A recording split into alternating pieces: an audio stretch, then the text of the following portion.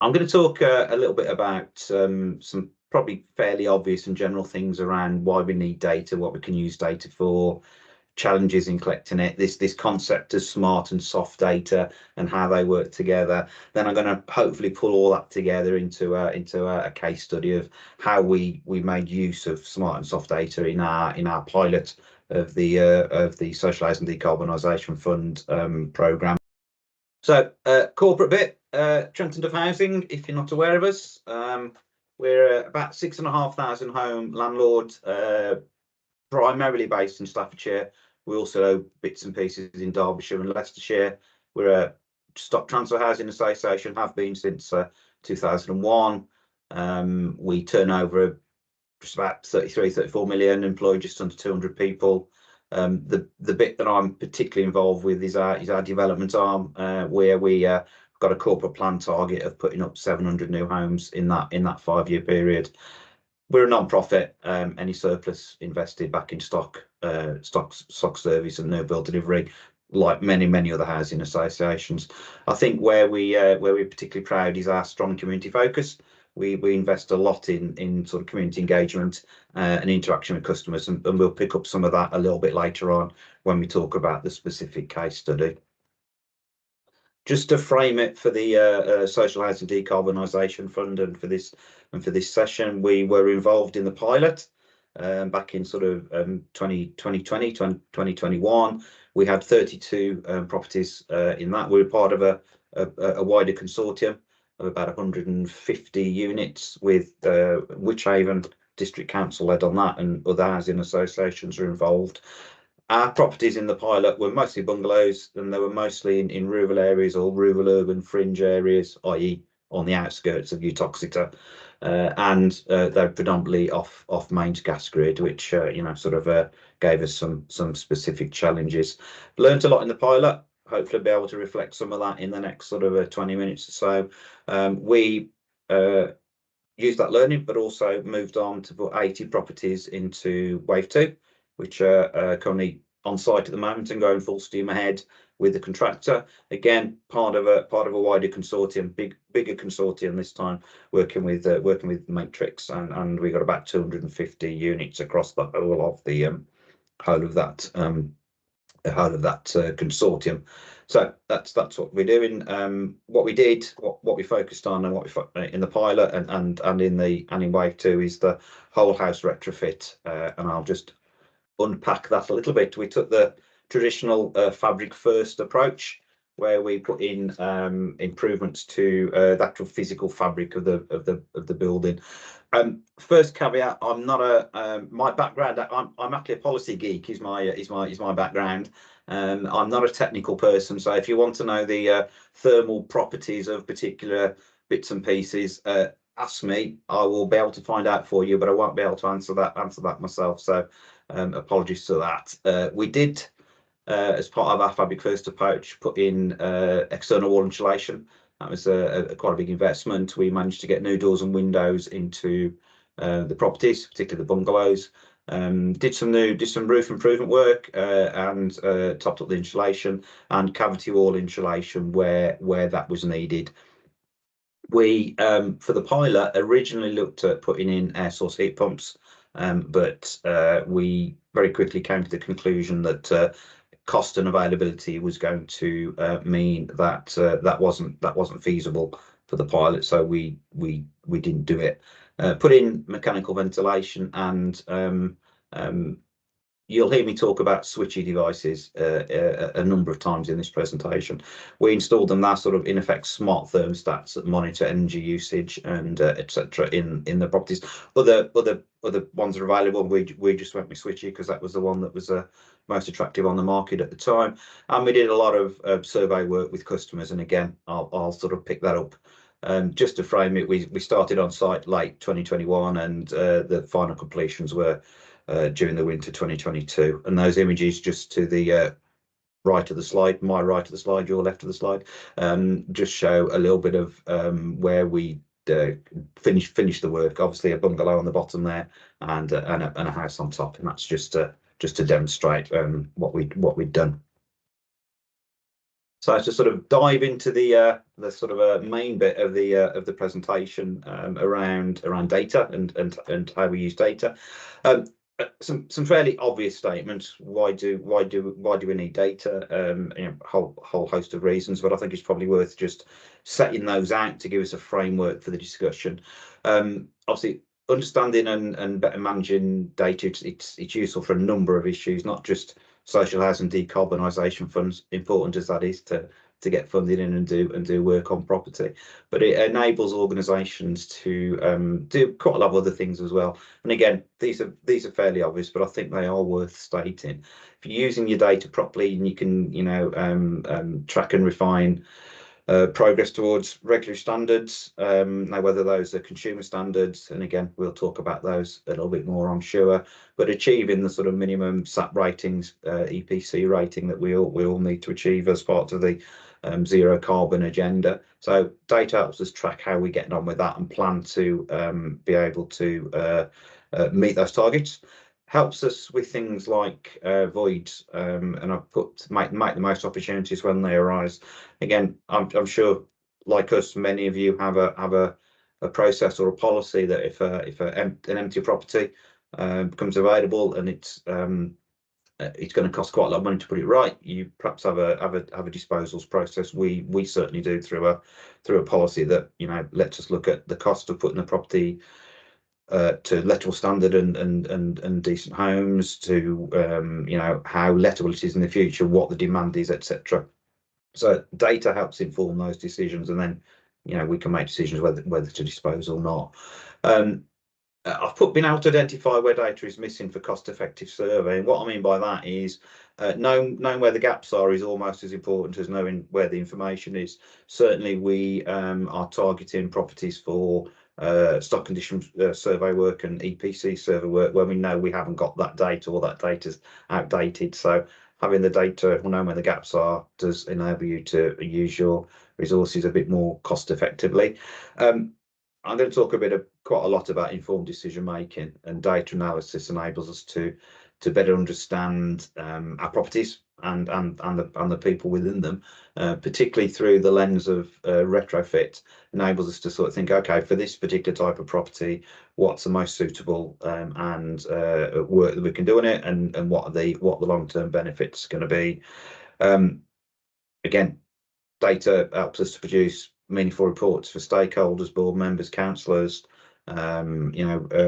executive team members, etc. Enables us to churn out reports that can demonstrate what the cost benefits of the work are and the benefits to the customers, and also increasingly helps us to manage customer contacts and complaints.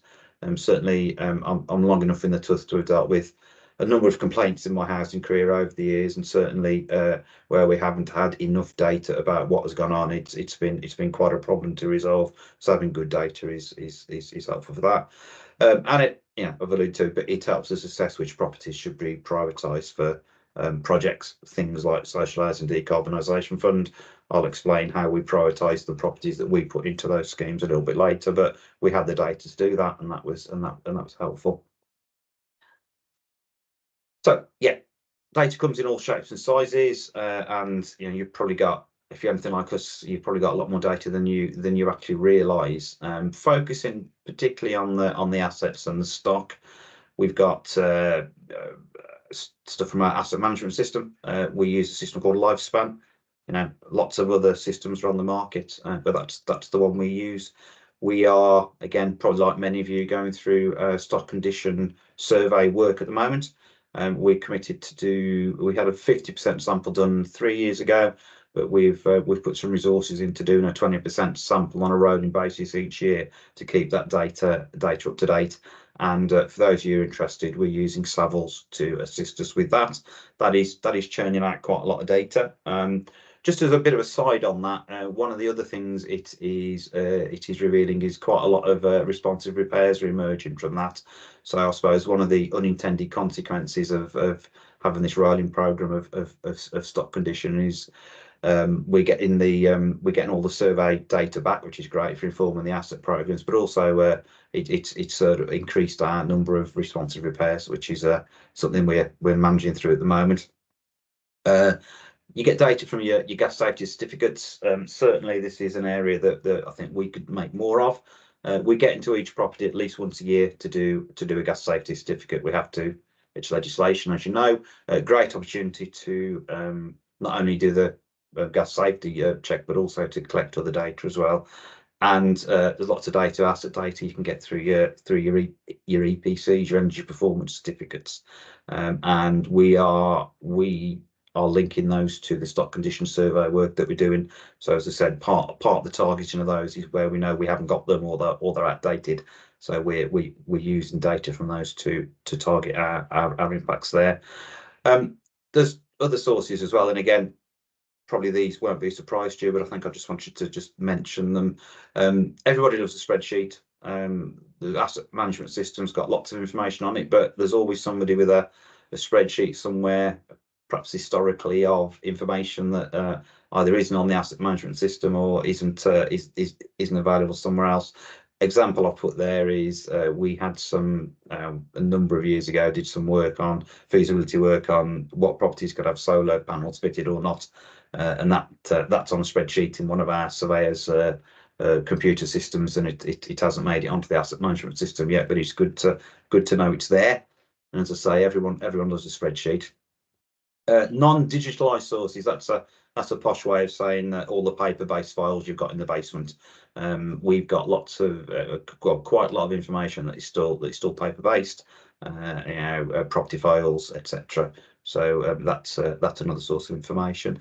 Put Google Maps on, again, something relatively new, but we certainly use Google Maps not just for checking where things are, finding addresses, etc., but also enables us to get a bit of a feel for a neighbourhood, look at other property types, look at any sort of extensions or things that have gone on. So it's just another one to throw into the mix.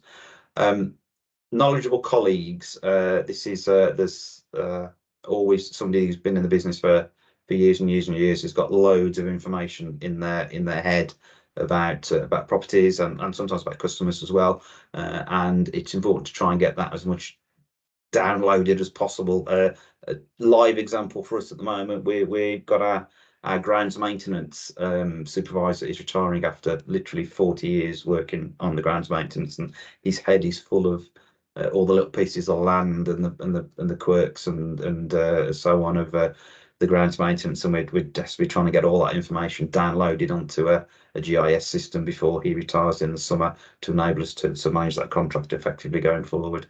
But again, it's about sort of getting that information down. And data comes from tenant engagement surveys as well. And again, I'll talk about how we use these both on a transactional level, i.e. how was your repair? Was it good, bad, or indifferent? To the more perception stuff, which is about how you feel about the association, what could they do to improve your heating, to improve your quality of life in your property, etc. So lots of data there. Again, fairly obvious things, what you can use that information for, and I've already sort of alluded to some of them. Certainly the asset and stock condition survey stuff informs your asset management programs, your stock investment programs. I mean, we spend about £6 million a year on new kitchens, new bathrooms, rewires, new roofs, etc. So we need to have a sounder basis for that investment, and our asset management programs help us to do that, and those are obviously fed by data.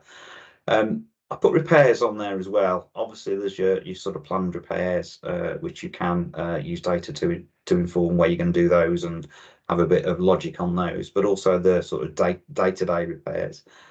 Useful to build up a history of both the property and how people use it, and using those responsive repairs information to do that is very helpful.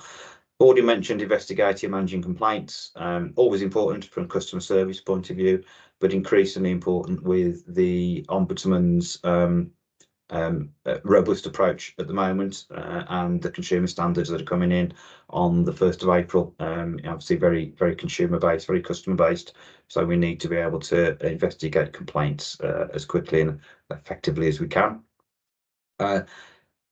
Influencing and adapting behaviour. This is about education in the broadest possible sense.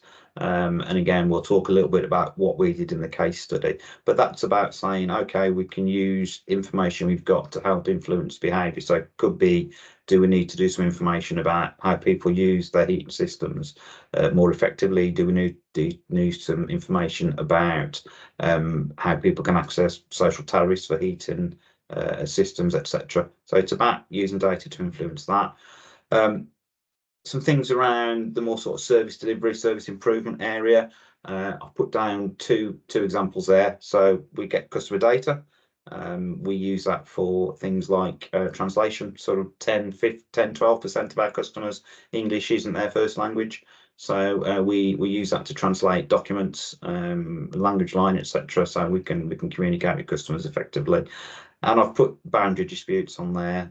This is one of my areas I'm responsible for is leasehold, and one of my leasehold officers seems to spend most of the time just dealing with boundary disputes from when properties were sold, about whose fence it is or which side of a wall something's happened. So having good data, having good maps helps with those discussions.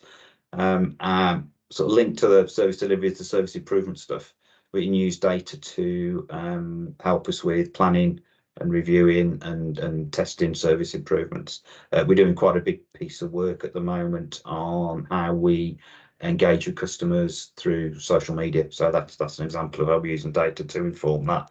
And data is useful for your statutory and regular returns, whether they're the SDRs that the Homes England asks for, or whether they're other regulatory requirements. Just sort of pulling that together in a bit more of a strategic level. There's a number of drivers for data collection, and I'll sort of work around anti-clockwise from the Ombudsman. If you've not had chance to read the Ombudsman Spotlight report on knowledge and information from last year, I would recommend you do it. It's an interesting read. It's quite a hard read in places for the sector, but it is very useful. Sort of highlights that associations collect a lot of data, they don't use it to its full capacity. Obviously, that there's a little bit of focus on damp and mold complaints and how those have been handled or not handled well, but the underlying theme is that associations need to get better at collecting the right data and using data correctly. Talked a little about regulatory requirements and service development already, but those are big drivers for getting data collection right as well.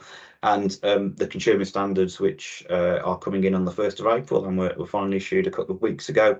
Obviously, there's a big focus there on demonstrating clearly to customers how we're delivering services and providing value for money to them, and also providing that to the regulator. One of the ways we have to do that is through the tenant satisfaction measures, TSMs, which we are obviously data driven. So again, there's very good reasons for getting your data collection right to enable you to produce that information. Just to talk a little bit through some of the challenges around data collection. I mentioned data protection. I'll put data protection issues there. I don't profess to be an expert in data protection, GDPR and all that sort of stuff. There is the Data Protection Act 2018, which we all have to comply with. That, as I understand it, there's currently some new legislation before Parliament that will make some amendments to that legislation around data protection. Whether that actually gets through and gets into law before the election, we don't know, but we do know that there's a data protection framework there that we have to abide by. And there's a number of issues there. It's around getting people's permission to collect data and use it, and doing that correctly. And there's ways to do that, storing data correctly, and also allowing people to see data that we hold about them personally. Lots of heat and light around data protection. I'm in the pragmatic camp, I suppose, about using the legislation to try and help us rather than using it to try and stop us sharing stuff. So lots of things to talk about there, but it is a challenge when you're collecting data, particularly to get the consents right. Data sharing between different systems. again, I don't think I'm saying any corporate secrets when I say we've got a number of systems that don't really join up together. We've got our lifespan asset management system. We've got our orchard housing management system. We've got C365 for our compliance information, and AccuServe for our responsive repairs, as well as a Microsoft Dynamics CRM system, which is starting to tie all that together. But it is still quite hard to share data between the different systems. People use data lakes, data warehouses, data hubs, all that sort of stuff, and I think those are some of the challenges about you put information into one system, and it's about how can other systems make best use of it, and how can you make use of information across all of those systems. Which leads us to the next point, really, which is about the an internal culture of using data in a joined up way and using data intelligently. And again, as the ombudsman's report has highlighted, as a sector, we don't always do that in the best possible way. Sometimes there's technical issues around that, and sometimes it's just sort of people get stuck in their silos, and it's quite difficult to sort of break those down and look at how we can use data across the business. I've flagged mixed tenure schemes as a challenge in collecting data as well. And where I'm going with that is, if you're anything like us, you've got very few streets where it's all tenants in the same street. We have some properties that have been sold under the right to buy and the right to acquire, some that are private rented. We have shared owners. We have tenants on mixed tenure schemes where we picked up Section 106 stock. So the sort of point I'm making with that is there's different approaches to collecting data with different individuals, and we could collect loads of data about our tenant and about our property, but in the other side of the semi next door, where it's been sold under the right to buy perhaps years ago, very limited information. Why is that important? You say, well, if we need to do work on ours, it may have an impact on the other side of the bungalow, and if you want to do work efficiently, then you need to sort of try and join up as much as possible. And the final challenge up there is again, stuff you probably already know around different data formats and storage media. I mean, everyone knows about spreadsheets and PDFs and Word documents, etc., and how data sort of kept in those, and people have those on machines and off machines, etc. I think the other things I just chuck into there are around on and off-site storage, the sort of server versus the cloud. Certainly, we're moving much more towards cloud-based solutions for data storage, which bring their own challenges with connections and having the hardware to do it. And also, there's some data protection issues around where stuff is actually stored. But it's a move, and also increasingly how data is stored and used on social media. And that's something that I don't profess to know a huge amount about, but there is a lot of data there, and increasingly we're looking at how we can manipulate and use that within the social media environment. Just want to sort of pull us towards the case studies now with a bit of a discussion, or a bit of a conversation around smart and soft data. This concept that we've sort of introduced in this seminar. I think it's useful perhaps to see data in two sort of broad camps. So you've got your smart data, which is generally around your properties and so we talked about stock condition surveys and where it comes from, and the energy certificates and the retrofit surveys and all that sort of stuff. That's I suppose I'm suggesting is probably the sort of smart data, the sort of harder data, if you like, about the property. Then we've got the softer data on the other side of the equation there, which is about the people who live in the properties. So we've got your customer profiling data, demographics, income, disability, etc. Then we've got stuff about how people live in the property, how energy is used, how utilities are used, how satisfied people are with their home. And I'll split out satisfaction data and perception data there, because I think there's a difference between you had a specific thing done, a repair or an improvement. How did you feel about that? And then you got the slightly broader perception data about generally how you feel the landlord's treating you, what things can be improved more generally. And we've got lots of data from complaints and how we manage those, and learning from when things do go wrong. So as I say, just to drill down a little bit into those, we've got smart data collection of information about a property. So we use switches, as I say, these smart thermostats are the ones that are available, but they basically collect a lot of granular information about your property, things like temperature, air pressure, humidity, how often light switches go on and off, etc., right down to almost well, it can be done on a room basis. And we've got moving to smart metering, which enables us to look at energy consumption across the home for both gas and electric, where both those are available. So we can see patterns emerging of the heating goes on more in the day than at night, obviously, but you might be able to see patterns of usage throughout the day, and that helps us target interventions, which I'll talk about in a moment.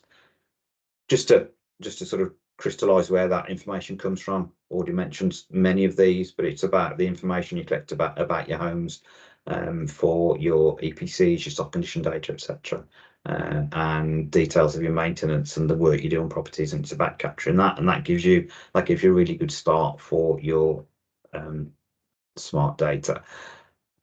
Enables you. So what can you use this smart data for? Again, already touched on some of these.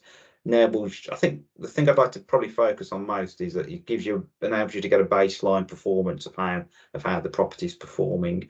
If you look at it from a pure retrofit area, you could do a full RD SAP assessment of your property, looking at about 200 different data fields, except that's not always possible. But you can get some basic data around the demand for heating the property, what the SAP score is for the property, something around CO2 emissions based on how much fuel is used. You can talk to people about what their fuel bills are and how their fuel bills are used. If you're using smart metering, you can do that remotely. You can look at the energy usage in the property, depending on the type of energy, whether it's gas, electric, air source heat pumps, ground source heat pumps, etc.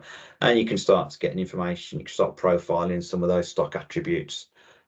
Is how old's the property, how much loft insulation has he got, what's the wall construction, how are those things affecting energy use and carbon emissions within the property. Just to think about soft data now, that's about the people. That's the non-physical qualitative information.